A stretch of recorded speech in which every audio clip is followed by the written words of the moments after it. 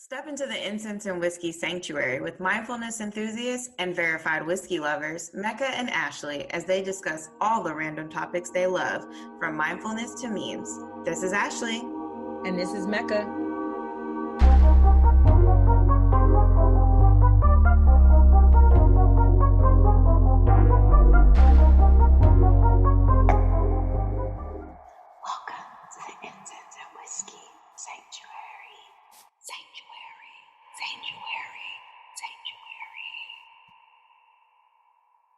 So Mecca, I have had all these reading goals in the past. I did not set a reading goal for this year, but I have been recently watching some YouTube videos, BookTube to be exact. And watching these BookTubers talk about what books they want to add to their TBR for 2021. And what's TBR? So TBR is an acronym for to be read. So essentially, like, these are the books that I see are coming out or I've been wanting to read. And so I'm curating my collection of TBR. And for this month, or maybe considering into March, depending on how much of these books I can get through, I have a couple that are on my mind.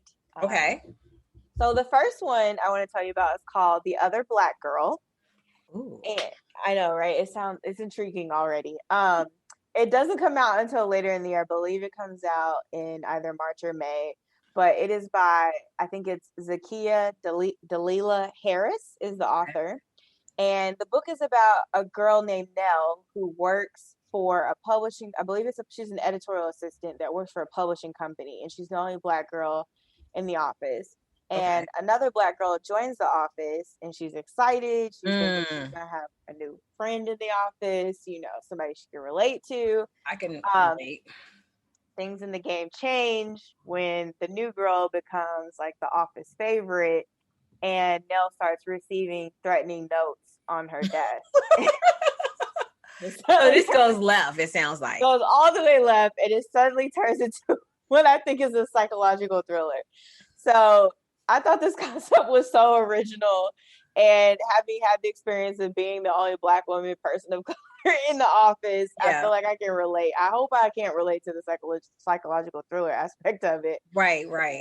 I'm excited about this read. So that's my first one on my TV. I love it. I like that. I think that's going to be a good one because a lot of people can relate to it, but they don't, the twist that goes with it is usually a twist of competition, but this sounds like it's about to be like psycho. Something totally different. So I'll report back for sure. The next thing I was thinking about, I've had this book for a while. I have not opened it up yet, but I think it's time. Sometimes I get books and I hold on to them until I feel like it's the right time. Right. It's called A Black Woman's Guide to the History of the United States. Ooh, wait, say that again. Right? I never heard of that one. A Black Woman's Guide to the History of the United States. Okay. It is by, I believe it's Dana Ramey Berry and Callie Nicole Gross. Okay. And so essentially it goes from like slavery to present day and really details out Black women's history, their engagement in social movements, in government and industries. Ooh. And really like talks about like the power of Black women. I love it. Yeah, and I love that too. I know there's a few books coming out about Black, or there have been books, right, about Black people in the United States, but I really appreciated this historical perspective focused just on Black women. Yeah. And I think we deserve that special time in literary moment. So I'm really I love that. I like that idea. How about like in March, because March is like Women's History Month. Yeah. If we I want to hear a little bit more about it. So maybe there's a section in it that you just really want to like highlight. Yeah, we'll bring it back and bring it back. I like that. Passages from the book. Okay. Passages. Yes, passages. So, Mecca, tell me, what books and such are you into these days? So I pulled some stuff off. Well, I'm always reading about 2 to 3 books at one time, and that's not really productive. Anybody, like, that's just something I do because maybe I'm reading some book that's about inspiration, and maybe it's something else that's really deep, and then I want something fun. But right now I am reading On and Off. It's by R.J. Sen, A Beautiful Composition of Broken. And basically he created this I don't know if I should call it poet, but it basically, they say it serves as a a poetic documentary of the lives of people who have been mistreated, misunderstood, and wrongfully labeled in a way that limits them in the world. Oh. And so it's pretty cool though. He has these certain passages, and some of them are subjects of like times. There was one, I'm gonna just read it quickly because it's pretty short, and it kind of gives you an idea of like what some of the passages are about. This isn't the only one, but it goes, it's dated 11:59, and it doesn't say AM or PM, so we just know it's 11:59. Okay. She knew what she had to do. As the clock counted down, the new year would stare at her right in the face, urging and pleading for her to make the necessary changes to bring forth the love she desired and deserved. And so that's where it ends. And then, it may go over to 12:07, and it's talking about why you need to disengage and eliminate anyone that's not serving you and that's, keeping you down. So it kind of like, it gives you these parallels, and that's part of relationships, but it'll go on with like self-esteem, friendships, just all kind of things. So it's pretty cool to read. Oh, okay. So last year, me and my best friend, so I'm sorry. So RJ Sin, that's what I'm kind of currently reading along with a few other books. Okay. But last year, me and my best friend, we went in and did the masterclass series where you buy one, get one free. Okay. And so I've been following it. There's quite a few on there that I really like, but I was so excited that Issa Rae, and she's my favorite, like for so many different reasons. So it was just like serendipity that like I get to, go through this masterclass with Issa Rae. And so that's the one you're doing? Yeah. That is so exciting. Yeah, it's very fun. I've done one with DVF, RuPaul, Serena Williams has a good one. And I mean, I'm not learning tennis, but like some of the things that she's talking about, right? Let me be clear. But like, her tenacity and consistency and work ethic is just amazing, right? Yeah. So with Issa Rae, her title is called creating outside the lines. So she kind of uses this as a platform to talk about how to create content, how to create create your own path. She goes through this whole series of her starting in 2007 and creating these like little short films with her phone, bootleg camera, and just creating content. Nobody was picking it up. She was pitching, and it was like she was just kind of like making her own path. She didn't wait for anyone to say, hey, I'm going to pick you up. Hey, yes, your story is great. She just kept saying, I am going to create this content. I'm going to create all the things I love. And at some point, I'm going to get to exactly where I want to be, regardless. So I really like that. So it's kind of like if you have a good idea, you've been sitting on this idea, you don't know what to do, you can use it as a good push. She kind of like really pulls out what do you have around you right now that you can use to kind of get you to where you want to go. Plus, she also kind of talks about her path into content creation, being a TV, film, actually writing outside of TV and film too. So those are the two things that I'm really, really into right now. That's so inspiring. Definitely have to hear back or hear more. Oh yeah, once I finish it, it's a few hours, and all of the master classes are like, you'll look at one lesson and it'll be like 69 minutes, and then you just that's just lesson 2. So you gotta like plan out how you're gonna listen to them. Is it something that you visually need to see? Do you need to listen to? Take notes. So once I finish it, I will report back and just kind of like tell you about what I learned. I love that. Looking forward to it. Is this like the Black girl meditation music? Ashley, it is still COVID. We are still in the middle of COVID-19 in 2021. We are. It's sad. It's still happening. It's still happening. I know, but you know what the funny part of it is? I just moved to a new apartment, you guys. So there's things around me that I've unpacked, and I can remember them from February of 2020. And it's almost like, oh my God, I got this the week before COVID, or I got this the week after. And it's just like these little time, these time reminders of just like, it's random things. I might have even found a receipt from when I was trying to find some hand sanitizer, and I had to go buy aloe vera gel and put rubbing alcohol in it. I mean, it's like, I'm like, wow. And it all these things, you know, it's like these little monuments, like, oh my gosh, should I keep this? Because this is going to be a memento. Or is this just like a reminder of the hell we've been through? Oh my God. But yeah, we're still in it. What's going on? What are you thinking about, Ashley? You know, I'm just trying to stay safe. Washing my hands. You know, washing my hands a lot is really led to dry hand situation. I'm thinking about buying a paraffin wax kit. I feel like you have one already. I probably do, and I need to go dig it up. But no, I'm just trying to stay safe. I really don't go anywhere, interact with anybody unnecessarily. Yeah, I get it. I just can't wait for it to be over, though. It's very it's isolating, and day by day it's getting harder and harder to imagine what life will be like once it's over. We're not in the pandemic. Yeah. The funny thing is, there's so many funny stories that will come out of this. Yes.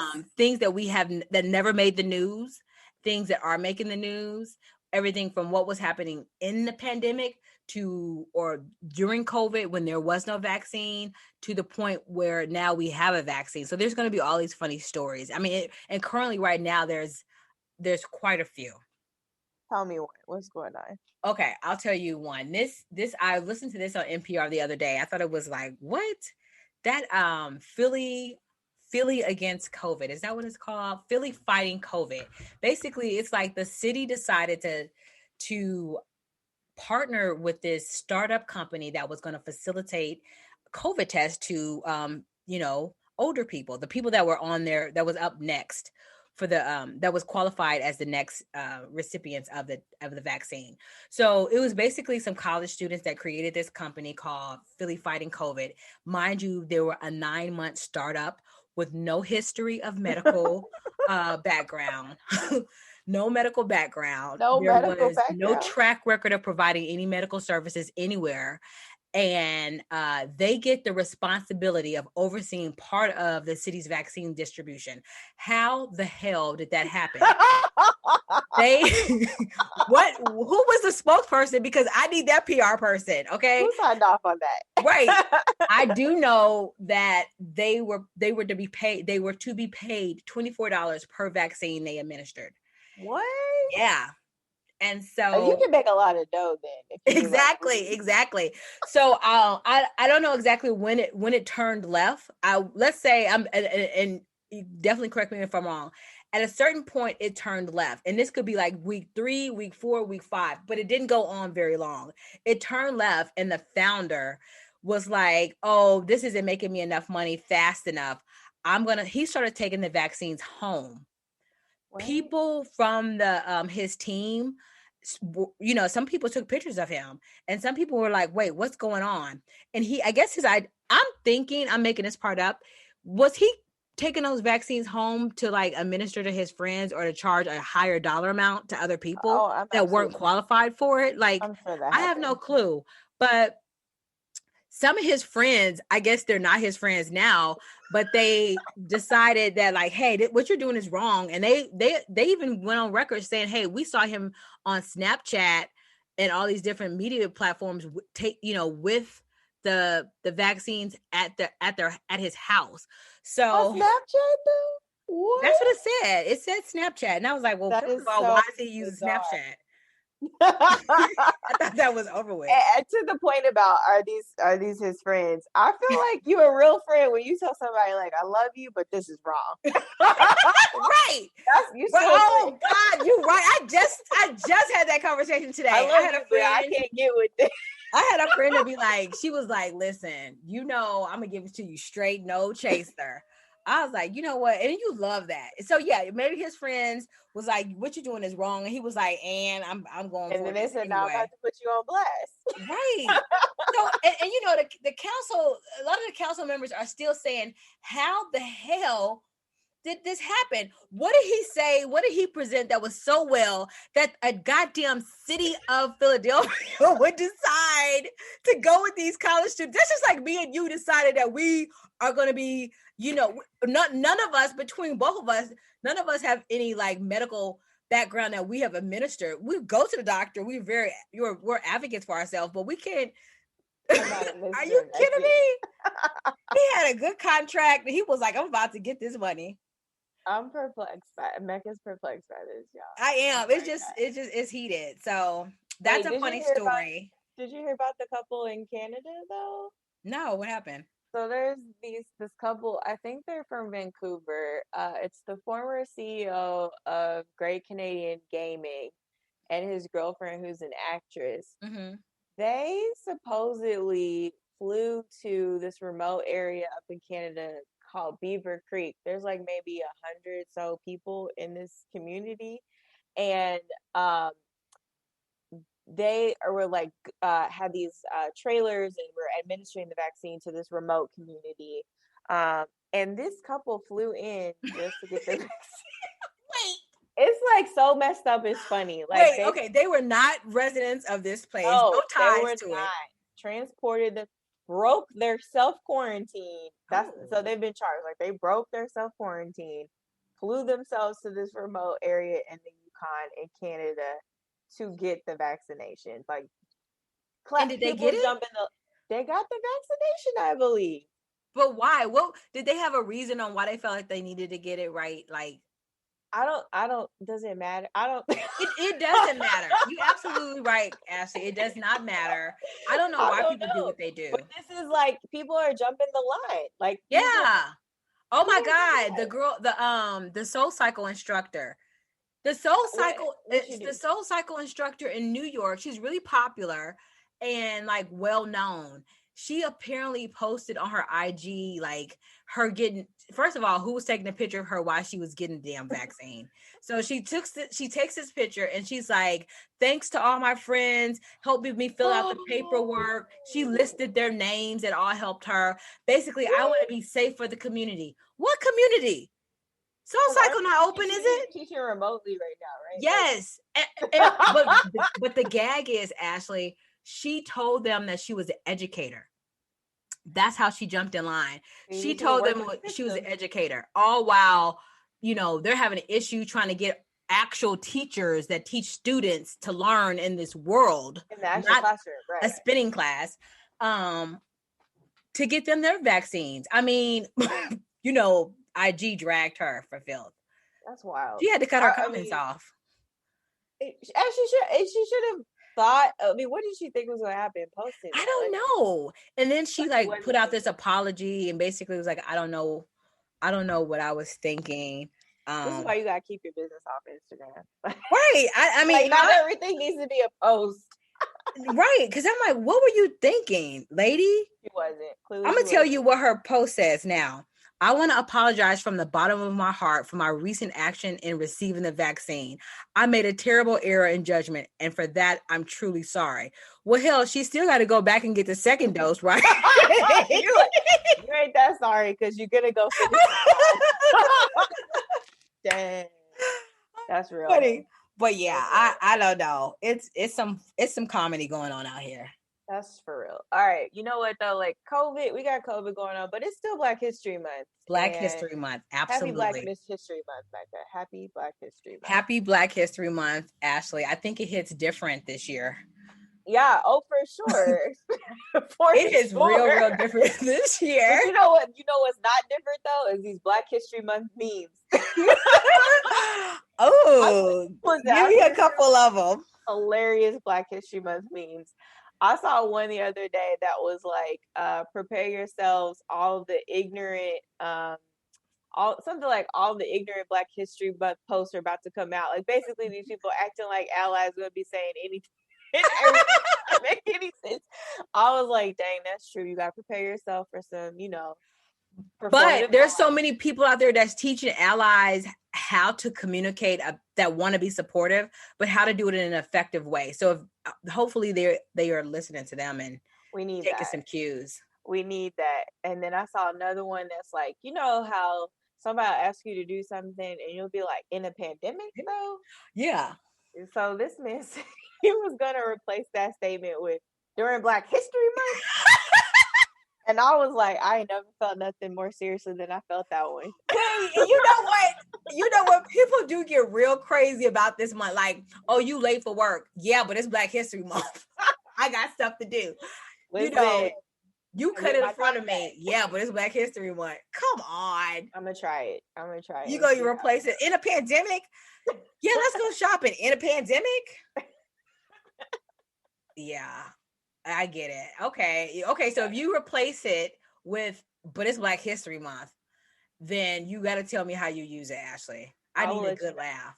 I will let you know. All right. For sure. I've been seeing some really good Black History Month memes. So yeah, I'm here for it. I'm trying to celebrate all things Black. I want to celebrate the life and legacy of Miss Cicely Tyson. Oh yes. It was like, I mean, when it happened, I mean, we know everybody can't live forever, but it was one of those things that like you cry up like somebody just told you your grandmother died. Yeah, like somebody like an actual real. I feel like I felt like she's supposed to live for like Yeah, we wanted her to be. Didn't you say you wanted her to be like our? I'm like she's like I don't want her to be reduced to that, but like to me it's like Betty White has lived so long. How old is Betty White? Betty White's like 101. Wait, is she? I think Betty White is like 101. And forgive me if she's not, but I had this moment where I was like, in my mind, I felt like, Cicely Tyson was going to live to be over 100. We were going to continue to celebrate her. She was in her right mind, Yeah. I think she just released her autobiography. Days before, right? Like she did an interview earlier the day that she passed. So I felt like, that was really hard. And Cicely Tyson, no, I'm not related to her, but I think she represents a lot. When I think of like a grandmotherly figure, I think of Cicely Tyson. I don't know very many Black people that live that long, right? Like that's the other thing. She died at 96. At 96, yeah. And then Betty White is 99. Betty White just served. She just had a birthday January 17th. Okay, yeah. So I just had this moment and I just want to celebrate. I saw this beautiful post. I don't remember exactly who posted it, but I saw a post that said Cicely Tyson is an ancestor now. Oh, and just can you that really hit me for sure. Like thinking in that way, like and it's gonna be one of those ancestors that you like call on and like I how people honor their ancestors and there's all these rituals that we do or that people do to kind of like honor them and then ask for assistance in life. Yeah. And to be able to tap into that is going to be so amazing. And for people that like are in the industry, it was such a joy to be able to see, they say that she was one of the first African-American women that actually showed her natural hair. The reason why I say this is because a lot of us feel like we have to change so much of our appearance to be on TV or to be accepted. But she, she had her natural hair on TV, or first part when she first came on, she was showing her natural hair, and it variated throughout the time that she was on screen. She also was very selected on the type of roles she took. Yeah. She wanted to make sure that she was represented in the best light. Like she wanted to always be able to say, okay, oh my God, I can see an African-American person in this role, or we can see this strong person in this role. And she is, I'm going through her catalog, like all of the roles she played was absolutely amazing and absolutely like representative of just strong, heroic character. I gotta give her flowers. And I think it's important. I'm starting to see this trend. I'm seeing this trend. Tell me if you see it as well or feel differently. I'm seeing this trend where I hope it continues, where we're celebrating people in the moment while they're alive. I feel like Cicely Tyson was celebrated very much like in her life. But another person who's been celebrated a lot as of late, and rightfully so, I want to shout out Stacey Abrams getting nominated for Nobel Peace Prize. Oh wow, yes, Yeah, I agree with that. I agree with that. Yes, so I I'm feel listen, everything black women, everything. right. What an Issa Rae? Who you voting for? Everybody black. Everybody black. That's It's funny. I mean, and not to be anti anything else, but it's really just being love of, of your culture, love of, your upbringing, love of what you see. Because it's been so long of not being able to see yourself represented like in the public. Not to say we're not, but to see it on this level is it brings a tear to your eye. So yeah, and to see people celebrated for doing work that they are truly so passionate about and engage in doing things that like come naturally to I care about this, I care about my community, right. I care about representing my community and making sure my community feels heard and seen. Both of these women, I think, exemplified that. And so giving flowers while they can receive them and yes, feel infinity for sure. Yes. 100%. I'm here for that, Ashley. I am absolutely here for that.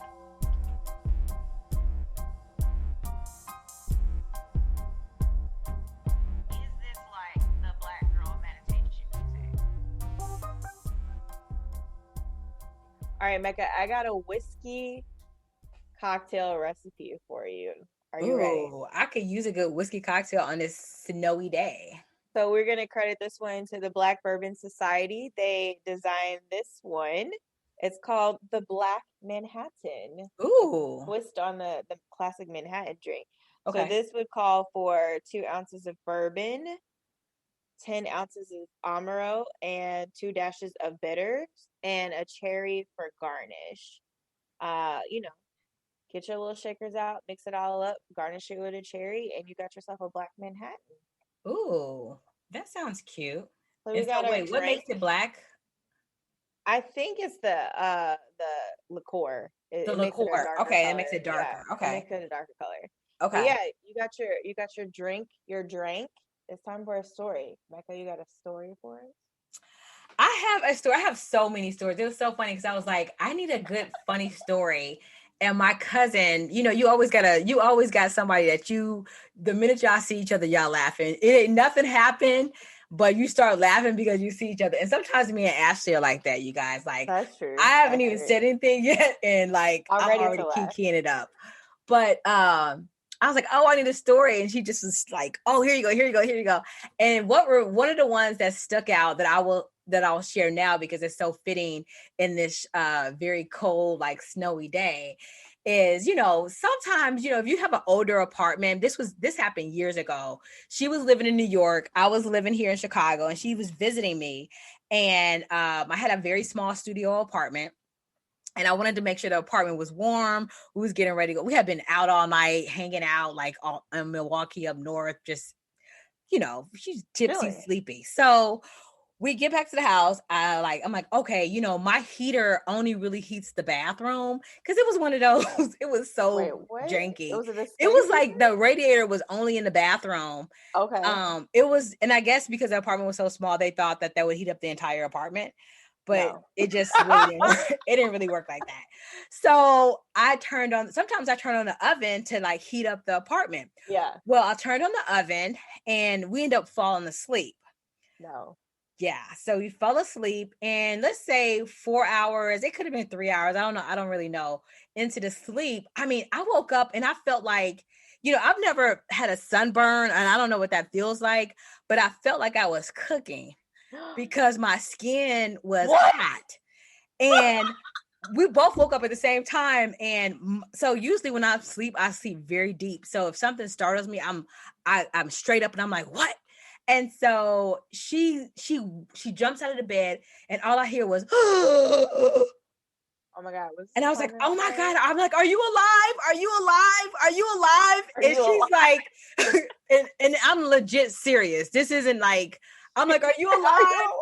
And then I look at her face, and her eyes was just like, that surprise, like, oh my God, I can't believe this is happening. Look, I shot out of my bed. I run to the kitchen. I turn the oven on. I open up all the windows. I'm super dramatic. And if I'm asleep and I'm startled, it becomes it's like Laverne and Shirley. Like, it becomes this whole like theatric. So I'm trying to, and I grab a bunch of water and I'm giving it to her. I even took a glass. So she was like choking. Like, she was like, it was so hot, like her throat was dry. Oh. She was like, am I about to die? And so I took a cup of water from the sink. It was a glass, and I threw it on her. Oh my God. Yo, I thought you were gonna say like this apartment was on fire. No, oh my God, no, the apartment was not on fire. Our bodies were just cooking inside out. Like that's what was going on. Y'all were in there. And so here's to having a very small apartment with no real heat. So I used my oven as a heater in a cold, very, very cold Chicago weather. So my PSA is turn off the oven before you go to sleep.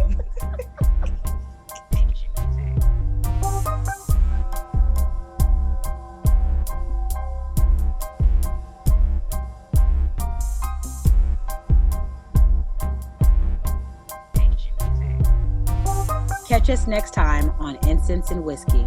In the meantime, take a breath, have a sip,